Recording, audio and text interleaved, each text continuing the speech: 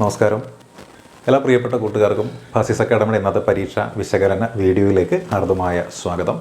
ഇന്ന് നടന്ന പരീക്ഷ നമുക്കറിയാം. അതെന്തായിരുന്നു? അത് ഡിഗ്രി പ്രിലിംസാണ് നടന്നത് അല്ലേ? ഡിഗ്രി പ്രിലിംസ്, ഡിഗ്രി അടിസ്ഥാന യോഗ്യതയാക്കി നടക്കുന്ന പ്രധാനപ്പെട്ട കുറേ പരീക്ഷകളുണ്ടായിരുന്നു. അതിൽ പ്രധാനപ്പെട്ടത് ഫാർമസിസ്റ്റൻ്റ്, അതേപോലെ പഞ്ചായത്ത് സെക്രട്ടറി അല്ലെങ്കിൽ LSGD എന്ന് പറയുന്ന പരീക്ഷ, സബ് ഇൻസ്പെക്ടറുടെ പരീക്ഷ, ഇങ്ങനെയുള്ള പരീക്ഷയായിരുന്നു. ഇന്നായിരുന്നു പരീക്ഷയുടെ സമയം നമുക്കറിയാം. എത്രയായിരുന്നു? 1.25 മണിക്കൂർ, 1 മണിക്കൂർ 15 മിനിറ്റാണ് പരീക്ഷാ സമയമുണ്ടായിരുന്നത്. നമുക്ക് കിട്ടിയ ചോദ്യങ്ങൾ 100 ചോദ്യങ്ങളുണ്ടായിരുന്നു. ഈ 100 ചോദ്യങ്ങളും നല്ല രീതിയിൽ ചെയ്യുവാനായിട്ട് സാധിച്ചു എന്നാണ് പലരും വിശ്വസിക്കുന്നത്. പരീക്ഷാ ഹാളിലുള്ള പങ്കാളിത്തം എന്ന് പറയുന്നത് നമുക്ക് കൃത്യമായിട്ടൊരിക്കലും പ്രവചിക്കാൻ സാധിക്കുകയില്ല അല്ലേ? ഏകദേശം ഒരു 1.5 ലക്ഷത്തിന് മുകളിലുള്ള ആളുകൾക്ക് ഇന്ന് പരീക്ഷ എഴുതുവാനായിട്ട് ഒഫീഷ്യലായിട്ട് ക്ഷണം കിട്ടിയ ആൾക്കാരാണ്. അതിൽ തന്നെ പല ക്ലാസ്സിലും പരീക്ഷ എഴുതിയ ആൾക്കാരിൽ 4-5 പേരൊക്കെ ആബ്സെൻറ്റ് ആയിരുന്നു എന്നുള്ള വിവരമൊക്കെ നമുക്കറിയാം. എന്നിരുന്നാലും പരീക്ഷ എഴുതിയ ആൾക്കാരുടെ എണ്ണം എന്ന് പറയുന്നത് എന്തായാലും ഒരു 1,30,000 ആൾക്കാർ എഴുതി കാണുമെന്നാണ് വിശ്വസിക്കുന്നത്, ഏറ്റവും കുറഞ്ഞത്. അതായത് ഒരു 40% ആൾക്കാർ വന്നില്ലെന്നുണ്ടെങ്കിലും ഒരു 1,30,000 ആൾക്കാർ പരീക്ഷ എഴുതിക്കാനും. ഈ പരീക്ഷ എഴുതിയ ആളുകളെന്ന് പറയുന്നത് ഫസ്റ്റ് സ്റ്റേജിലാണ് എഴുതിയിരിക്കുന്നത് അല്ലേ? ഇനി 2ാമത്തെ ഘട്ടമുണ്ട്, 3ാമത്തെ ഘട്ടവുമുണ്ട്. അപ്പോൾ 3 ഘട്ടങ്ങളും കഴിയുമ്പോൾ മാത്രമേ ഫൈനൽ സ്റ്റേജിലേക്ക് തിരഞ്ഞെടുക്കപ്പെടുന്ന ആൾക്കാരുടെ ലിസ്റ്റ് ഒഫീഷ്യലായിട്ട് പബ്ലിക് സർവീസ് കമ്മീഷൻ പ്രസിദ്ധീകരിക്കുകയുള്ളൂ. അപ്പോൾ അതുവരെയുള്ളത് എന്താണ്? വെറും സാധ്യതകൾ മാത്രമാണ് അല്ലേ? മെയിൻ പരീക്ഷയ്ക്ക് യോഗ്യത നേടുവാനുള്ള സാധ്യത ആർക്കാണ് എന്നൊക്കെയാണുള്ളത്. അതുകൊണ്ട് തന്നെ പല ആളുകളും ഇന്നത്തെ പരീക്ഷ കഴിയുമ്പോൾ എന്തായിരിക്കും? സ്വാഭാവികമായിട്ടും ഉൾപ്പെടുമോ ഇല്ലയോ, മെയിൻസിന് യോഗ്യത ഉണ്ടാകുമോ ഇല്ലയോ എന്നൊക്കെയുള്ള ചിന്തയിലൊക്കെ ആയിരിക്കും പലരും നിൽക്കുന്നത്. അപ്പോൾ അങ്ങനെയുള്ള ആൾക്കാരോട് ആദ്യമേ തന്നെ പറയുകയാണ്, സാധ്യത ഉണ്ടെങ്കിലും ഈ 3 സ്റ്റേജും കഴിയുമ്പോൾ എത്രയായിരിക്കും? ജൂൺ 15.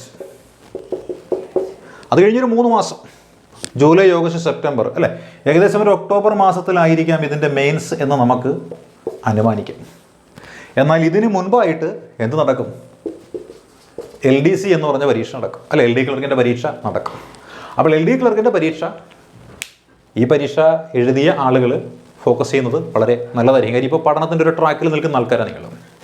സ്വാഭാവികമായിട്ടും LDC എന്നൊരു പരീക്ഷയും അപ്ലൈ ചെയ്തിരിക്കുന്ന ആൾക്കാരായതുകൊണ്ട് തന്നെ LSGDയുടെ പ്രിലിംസ് എഴുതാൻ വേണ്ടിയിട്ട് നിങ്ങൾ പഠിച്ച ആ പഠനം പരീക്ഷ കഴിഞ്ഞു എന്ത് ചെയ്യുക? തുടരുകയാണ് ചെയ്യേണ്ടുന്നത്.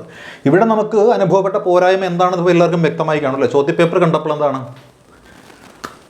ചോദ്യമൊക്കെ വളരെ എളുപ്പമുള്ളതായിട്ടൊക്കെ നമുക്ക് തോന്നി അല്ലേ? തോന്നലിൻ്റെ അടിസ്ഥാനത്തിൽ എന്ത് ചെയ്തു? കൂടുതലങ്ങ് ചെയ്തു കഴിഞ്ഞ് പരീക്ഷകളിൽ നിന്ന് പുറത്തിറങ്ങി വീട്ടിൽ വന്ന് ആൻസർ കീയൊക്കെ നോക്കി കഴിഞ്ഞപ്പോൾ നമുക്ക് മനസ്സിലായി എന്താണ്? ചില്ലറ അബദ്ധങ്ങളൊക്കെ പറ്റിയിട്ടുണ്ട്. 5-6 എണ്ണം നെഗറ്റീവ് അറിയാവുന്ന തന്നെ വരുത്തിയിട്ടുണ്ട്. അങ്ങനെയുള്ള കുറച്ച് പാളിച്ചകളൊക്കെ നമുക്ക് പറ്റിയിട്ടുണ്ട്. നമ്മൾ ആദ്യമേ തന്നെ സൂചിപ്പിച്ച ഒരു കാര്യമുണ്ടായിരുന്നു, 100 മാർക്ക് എഴുതേണ്ട കാര്യമില്ല. ഇത് വെറും ക്വാളിഫയിങ് പേപ്പർ മാത്രമാണ്. പരമാവധി ഒരു 70%, മിനിമം ഒരു 50% ഇതിനുള്ളിൽ നമുക്ക് ചെയ്യാൻ പറ്റിയാൽ നമുക്ക് പ്രിലിംസ് കടന്നുകൂടാമെന്നൊരു സാധ്യതയുണ്ട് എന്നൊക്കെ സൂചിപ്പിച്ചിട്ടുള്ള ഇതായിരുന്നു നമ്മളുടേത് അല്ലേ? അപ്പോൾ നമ്മൾ അങ്ങനെ നോക്കിയാൽ നമുക്കിവിടെ സംഭവിച്ച കാര്യം എന്താണ്? മലയാളം വളരെ എളുപ്പമായിട്ട് നമുക്ക് തോന്നിയല്ല. അത്യാവശ്യം ഒരു 10ാം ക്ലാസ് വരെയെങ്കിലും മലയാളം മീഡിയത്തിൽ പഠിച്ചിട്ടുള്ള ആളുകൾക്ക്, ഇപ്പോഴത്തെ സിലബസ് അല്ല, പഴയ സിലബസിൽ പഠിച്ചിട്ടുള്ള, അതായത് 32 വയസ്സിന് മുകളിൽ പ്രായമുള്ള ആളുകളുണ്ടെങ്കിൽ അവർക്ക് മലയാളം നല്ല രീതിയിൽ മാർക്ക് സ്കോർ ചെയ്യാൻ പറ്റിയിട്ടുണ്ട്, യാതൊരു സംശയം വേണ്ടത് അല്ലേ? ചിലപ്പോൾ 10ൽ 10 കിട്ടിയ ആൾക്കാർ കാണും, എന്നാലും ഏറ്റവും കുറഞ്ഞത് 8 മാർക്കെങ്കിലും കിട്ടിക്കാണും, യാതൊരു തർക്കമില്ലതിൽ. അതായത് ഒരു 32 വയസ്സിന് മുകളിൽ പ്രായമുള്ള 10ാം ക്ലാസ് വരെ മലയാളം മീഡിയത്തിൽ പഠിച്ചിട്ടുള്ള ഒരാളുടെ മാർക്കാണ് ഈ പറയുന്നത് 8 മാർക്കെങ്കിലും കിട്ടിക്കാണും. ഇവിടെ ചെറിയ ടൈം കൺസ്യൂമിങ് നമുക്ക് വന്നത് എത്രയാണ്? 20 മാർക്കുള്ള മാത്സിന് ഇച്ചിരി സമയം നമുക്ക് വേണ്ടി വന്നു അല്ലേ?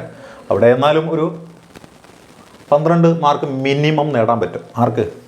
ശരാശരിക്കാരൻ്റെ കാര്യമാണ് പറഞ്ഞത്. ശരാശരിക്ക് മുകളിലുള്ളവൻ്റെ കാര്യമല്ല പറഞ്ഞത്, ശരാശരിക്കാരൻ. കാര്യം ഓൾമോസ്റ്റ് ഇംഗ്ലീഷും മലയാളവും കണക്കും നല്ല രീതിയിൽ നോക്കിയിട്ടേ ഇനിയുള്ള പരീക്ഷകൾക്ക് ആൾക്കാർ പോകുള്ളൂ നമുക്കറിയാം. അതുകൊണ്ട് ശരാശരിക്കാരൻ 12 മാർക്ക് അതിൽ സ്കോർ ചെയ്തിട്ടുണ്ടാവും. അതിലിപ്പുറം നമ്മൾ നോക്കിയാൽ എന്ത് ചെയ്യുന്നു? മലയാളം, കണക്ക്, ഇംഗ്ലീഷ് 20 മാർക്കിനുണ്ടായിരുന്നു. ഇവിടെയും നമ്മൾ നോക്കിയാൽ ചില മിസ്റ്റേക്കുകളും കൺഫ്യൂഷനൊക്കെ നമുക്ക് ഉണ്ടാക്കിയെങ്കിലും 12 മാർക്ക് ഇവിടെയും ഒരു ശരാശരിക്കാരന് സ്കോർ ചെയ്യാൻ പറ്റും.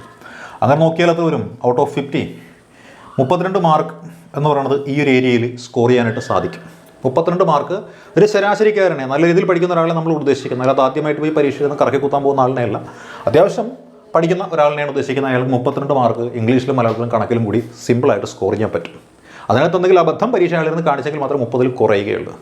ഇനി ഇപ്പുറത്തെ മേഖല നമ്മൾ നോക്കിയാൽ, ജനറൽ നോളജിൻ്റെ മേഖല നമ്മൾ നോക്കിയാൽ ചോദ്യങ്ങളൊക്കെ വളരെ സിമ്പിളായിട്ട്, അല്ല ഗാന്ധിജിയുടെ ഹരിജന യാത്രയെക്കുറിച്ച്, ന്യൂറംബർഗ് ട്രയലിനെക്കുറിച്ച്, അയ്യങ്കാളിയെക്കുറിച്ച് അല്ലേ, ഇങ്ങനെയുള്ള സിമ്പിളായിട്ടുള്ള ചോദ്യങ്ങളൊക്കെ എല്ലാവരും ഉണ്ടായിരുന്നു. കുമാരനാശാൻ്റെ മരണത്തെക്കുറിച്ച് ഇതൊക്കെ കാണുമ്പോൾ നമുക്ക് തന്നെ തോന്നും, പരീക്ഷ വളരെ എളുപ്പമാണല്ലോ എന്ന് തോന്നും അല്ലേ. GK പോർഷൻസ് ഒക്കെ വളരെ എളുപ്പമാക്കിയല്ലോ, മലയാളം നോക്കുമ്പോൾ 10-ൽ 10 കിട്ടുമല്ലോ. അപ്പോൾ എന്ത് ചെയ്യുന്നു, നമ്മുടെ ഉള്ളിലെ ചാത്തൻ പണി തുടങ്ങും അല്ലേ. എനിക്ക് എളുപ്പമാണ്, അപ്പോൾ മറ്റുള്ളവരുടെ അവസ്ഥ എന്താണ്, അങ്ങനെ നമ്മൾ അങ്ങോട്ട് അകാരണമായിട്ട് അങ്ങനെ ചിന്തിക്കും. നമ്മുടെ ആ ബോധം നഷ്ടപ്പെടും, കൂടുതൽ കടന്നാക്രമണം നടത്താനായിട്ട് തിരിഞ്ഞിറങ്ങും. അങ്ങനെ മൊത്തത്തിൽ കറുപ്പിച്ച് സമയം തികയാതെ അറിയാവുന്നതും കുറേ തെറ്റിച്ച് പരീക്ഷ ഹാളിൽ നിന്ന് ഇങ്ങോട്ട് പോരും. ഇവിടെ നോക്കിയാൽ ശരാശരി ഒരു GK മേഖലയിൽ നിന്ന് നമ്മൾ നോക്കിയാൽ ചെയ്യാൻ പറ്റുന്ന ചോദ്യങ്ങളെന്ന് പറയുന്നത് ഏകദേശം അല്ലേ, കൺഫ്യൂഷൻ ഇല്ലാതെ ചെയ്യാൻ പറ്റുന്ന ചോദ്യങ്ങളുടെ എണ്ണം എന്ന് പറയുന്നത് ഒരു 25-നും 30-നും ഇടയിൽ മാത്രമേ കൺഫ്യൂഷൻ ഇല്ലാതെ ചെയ്യാൻ പറ്റുന്ന ചോദ്യങ്ങളുണ്ടായിരുന്നുള്ളൂ. അതിന് മുകളിലൊക്കെ ചെയ്തിട്ടുണ്ടെങ്കിൽ എന്തായിരിക്കും, റിസ്ക് ഫാക്ടർ എടുക്കാൻ തയ്യാറായിട്ടുള്ള ആളുകൾക്ക് മാത്രമേ 30-ന് മുകളിൽ ചെയ്യാൻ പറ്റുള്ളൂ. എന്നിരുന്നാലും ഒരു 10 ചോദ്യങ്ങളെന്ന് പറയുന്നത് നമുക്ക് ഉറപ്പില്ലാത്ത തരത്തിലുള്ള ചോദ്യങ്ങൾ GK മേഖലയിൽ നിന്നുണ്ടായിരുന്നു. അപ്പോൾ എങ്ങനെ നോക്കിയാലും ഒരു 25-30 മാർക്ക് സ്കോർ ചെയ്യുന്ന ഒരു എബോവ് ശരാശരിക്കാരൻ നോക്കിയാൽ അത്ര വരും. അയാൾക്ക് പരമാവധി ഒരു 60% മാർക്ക് നല്ല രീതിയിൽ പഠിക്കുന്ന, പരീക്ഷകൾക്ക് തയ്യാറെടുക്കുന്ന, സിസ്റ്റമാറ്റിക്കായിട്ട് പോകുന്ന ഒരാൾക്ക് കിട്ടുന്ന മാർക്കാണ് ഈ പറഞ്ഞ 60% മാർക്ക് എന്ന് പറയുന്നത്. 60% മാർക്ക്. അതിലെന്തെങ്കിലുമൊക്കെ പാളിച്ചകളൊക്കെ ആൾ വരുത്തിയിട്ടുണ്ടെങ്കിൽ അയാൾക്കൊരു 6 മാർക്ക്, 10% എറർ വന്നുകൂടി വന്നിട്ടുണ്ടെന്നുണ്ടെങ്കിൽ ആൾക്കൊരു 55 മാർക്ക്, ഒരു 50-ന് മുകളിൽ മാർക്ക് സ്കോർ ചെയ്യാൻ പറ്റും, ഒരു 55 വരെയൊക്കെ നേടാൻ പറ്റും. ഇങ്ങനെയുള്ള ആൾക്കാർ പഞ്ചായത്ത് സെക്രട്ടറി പോലെയുള്ള പരീക്ഷകൾക്കൊക്കെ എന്താണ് ഒരു സേഫ് സോണിൽ, അല്ലെങ്കിൽ നമ്മൾ പറയുന്നത് എന്താണ്, സെക്രട്ടറിയുടെ പരീക്ഷയ്ക്ക് മെയിൻസ് പഠിച്ചു തുടങ്ങാമെന്ന് പറഞ്ഞൊരു ഘട്ടത്തിലേക്ക് എത്താൻ പറ്റും. ഇനി സബ് ഇൻസ്പെക്ടറുടെ പരീക്ഷയ്ക്കാണെന്നുണ്ടെങ്കിൽ അവിടെയും നമുക്ക് എന്തുണ്ട്, കുറച്ച് അഡ്വാൻറ്റേജ് കിട്ടും. കാര്യം എന്താ, പ്രായം കൂടുതലുള്ള ആൾക്കാർ അങ്ങോട്ട് മാറും കുറച്ച് പേര് അല്ലേ. സബ് ഇൻസ്പെക്ടർക്ക് നിശ്ചിത പ്രായപരിധി ഉള്ളതുകൊണ്ട് ആ പ്രായപരിധിക്ക് താഴെയുള്ള ആൾക്കാരാണ് ഇവിടെ വരിക. സ്വാഭാവികമായിട്ടും അതനുസരിച്ച് മത്സരക്ഷമത കുറയും, സ്വാഭാവികമായിട്ടും കിട്ടുന്ന മാർക്കിൻ്റെ അളവിലും കുറയും. ഇവിടെ ഒരു 45 മാർക്ക്, ഒരു 50 മാർക്ക് റേഞ്ച് ഉണ്ടെന്നുണ്ടെങ്കിൽ നമ്മുടെ സബ് ഇൻസ്പെക്ടറുടെ ആ ഒരു പ്രിലിംസ് ക്വാളിഫൈ ചെയ്യാൻ പറ്റും. 45 ഉണ്ടെന്നുണ്ടെങ്കിൽ നല്ല മാർക്ക് തന്നെയാണത്, അങ്ങനെ പഠിച്ചു തുടങ്ങാൻ പറ്റും. ഇങ്ങനെ 45-50 മാർക്കിനുള്ളിൽ സബ് ഇൻസ്പെക്ടറുടെ പ്രിലിംസ് എഴുതാൻ പറ്റും. പ്രിലിംസ് എഴുതാനല്ല, പ്രിലിംസ് വിജയിക്കാനായിട്ട് പറ്റും. അതേപോലെ 50-55 മാർക്കുണ്ടെങ്കിൽ LST ഇടതും വിജയിക്കാനായിട്ട് സാധിക്കും. ഇങ്ങനെ വിജയിക്കുമ്പോൾ നമ്മൾ ഓർക്കേണ്ടുന്ന കാര്യമുണ്ട്, നമുക്ക് ഈ മാർക്ക് കിട്ടണമെന്നുണ്ടെങ്കിൽ നമ്മൾ ചെയ്യേണ്ടത് പരീക്ഷ എഴുതുകയേ പറ്റുള്ളൂ. ഇപ്പോൾ 1,30,000 ആൾക്കാർ എഴുതിയെങ്കിലും ഈ പറയുന്ന ഫസ്റ്റ് സ്റ്റേജിലേക്ക് തിരഞ്ഞെടുക്കപ്പെടുന്ന ആൾക്കാരുടെ എണ്ണം എന്ന് പറഞ്ഞാൽ അപ്പോൾ 5,000-ഓ 10,000-ഓ ആയിരിക്കും. ചുരുക്കി പറഞ്ഞാൽ 1,20,000-ഓളം ആളുകളെന്ന് പറയുന്നത് പ്രിലിമിനറിയോടുകൂടി ഔട്ടായി പോകും. ഈ ഔട്ടായി പോകുന്നവരെന്താണ് ചെയ്യേണ്ടത്, അവർ ഔട്ടായി പോകുമോ ഇല്ലയോ എന്നൊന്നും ചിന്തിക്കേണ്ട കാര്യമില്ല. നിങ്ങൾ LDCക്ക് വേണ്ടി പഠിച്ചു തുടങ്ങിയാൽ വേണ്ടത്. പഠിക്കുമ്പോൾ എങ്ങനെ പഠിക്കണം, കുറേ വായിച്ച് പിടിച്ചിട്ടൊന്നും കാര്യമൊന്നുമില്ല, ക്വാളിറ്റിയുള്ള ക്ലാസ്സുകൾ കേട്ടതുകൊണ്ടും കാര്യമില്ല. ചെയ്യേണ്ടുന്ന കാര്യം വെച്ചാൽ OMR ഷീറ്റ് ഏതെങ്കിലും കടകളിൽ നിന്ന് വാങ്ങിച്ചിട്ട് ടെസ്റ്റ് പേപ്പർ എഴുതി പഠിക്കുക വേണ്ടത്.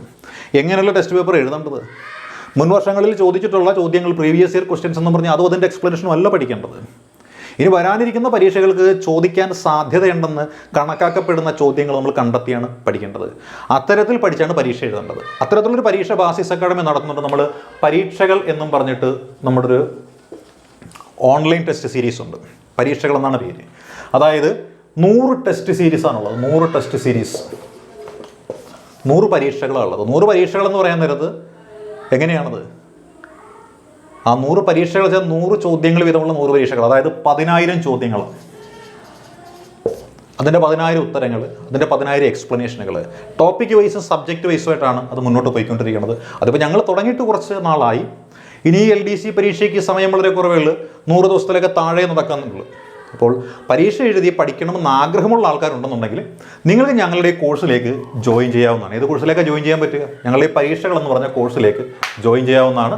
അതിന് നിങ്ങൾ ചെയ്യേണ്ടുന്ന കാര്യം ഞങ്ങളെ കോൺടാക്ട് ചെയ്താൽ മതിയാവും. വാട്സപ്പിലോ ടെലഗ്രാമിലോ ഈ കാണുന്ന നമ്പർ 9846183166 എന്ന നമ്പറിലേക്ക് പരീക്ഷകൾ എന്ന് പറയുന്ന ഒരു കോഴ്സുണ്ട്.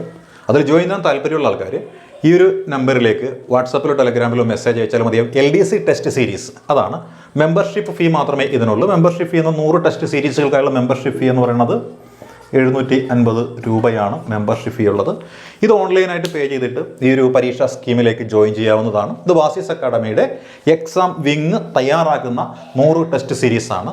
സബ്ജക്റ്റ് വൈസിൽ LDCയുടെയും ഡിഗ്രി ലെവലിൻ്റെയും എല്ലാ സബ്ജക്റ്റ് കംപ്ലീറ്റ് എടുത്തിട്ട് മുൻകൂട്ടി ഒരു സിലബസ് നിർമ്മിച്ചിട്ട് ആ സിലബസിനെ സംബന്ധിച്ച് ചോദ്യങ്ങൾ നൽകുകയാണ്. കൃത്യമായി പറഞ്ഞാൽ 25 ഭാഗങ്ങളായിട്ട് നമ്മളുടെ സിലബസിനെ ഡിവൈഡ് ചെയ്തിട്ട് ഓരോ സെഗ്മെൻറ്റിൽ നിന്നും 4 സെറ്റ് വീതമുള്ള ചോദ്യപേപ്പർ, അങ്ങനെയാണ് നമ്മുടെ 100 സെറ്റ് ചോദ്യങ്ങളെന്ന നിലയിലേക്ക് നമ്മൾ എത്തുന്നത്. അപ്പോൾ ഈ ഒരു ടെസ്റ്റ് സീരീസിൽ ജോയിൻ ചെയ്യാൻ താല്പര്യമുള്ളവരുണ്ടെങ്കിൽ ഈ കാണുന്ന നമ്പറിൽ 9846183166 എന്ന നമ്പറിലേക്ക് വാട്സാപ്പിലോ ടെലഗ്രാമിലോ മെസ്സേജ് ചെയ്തുകൊണ്ട് ജോയിൻ ചെയ്യാവുന്നതാണ്.